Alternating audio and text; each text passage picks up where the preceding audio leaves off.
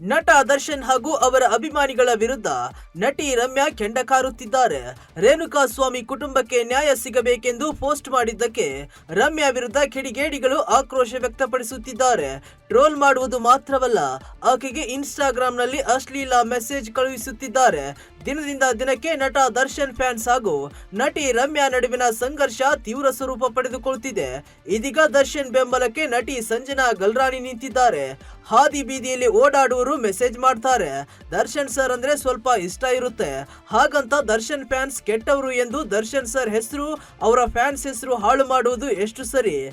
ಯಾರೇ ಕೆಟ್ಟ ಮೆಸೇಜ್ ಯಾರಿಗೆ ಕಳುಹಿಸಿದ್ರು ತಪ್ಪೆ. ಆದರೆ ರಮ್ಯಾ ಅವರಿಗೆ ದರ್ಶನ್ ಫ್ಯಾನ್ಸ್ ಕೆಟ್ಟ ಮೆಸೇಜ್ ಕಳುಹಿಸಿದ್ರು ಎನ್ನುವುದಕ್ಕೆ ಆಧಾರ ಏನಿದೆ ಎಂದು ಪ್ರಶ್ನಿಸಿದ್ದಾರೆ.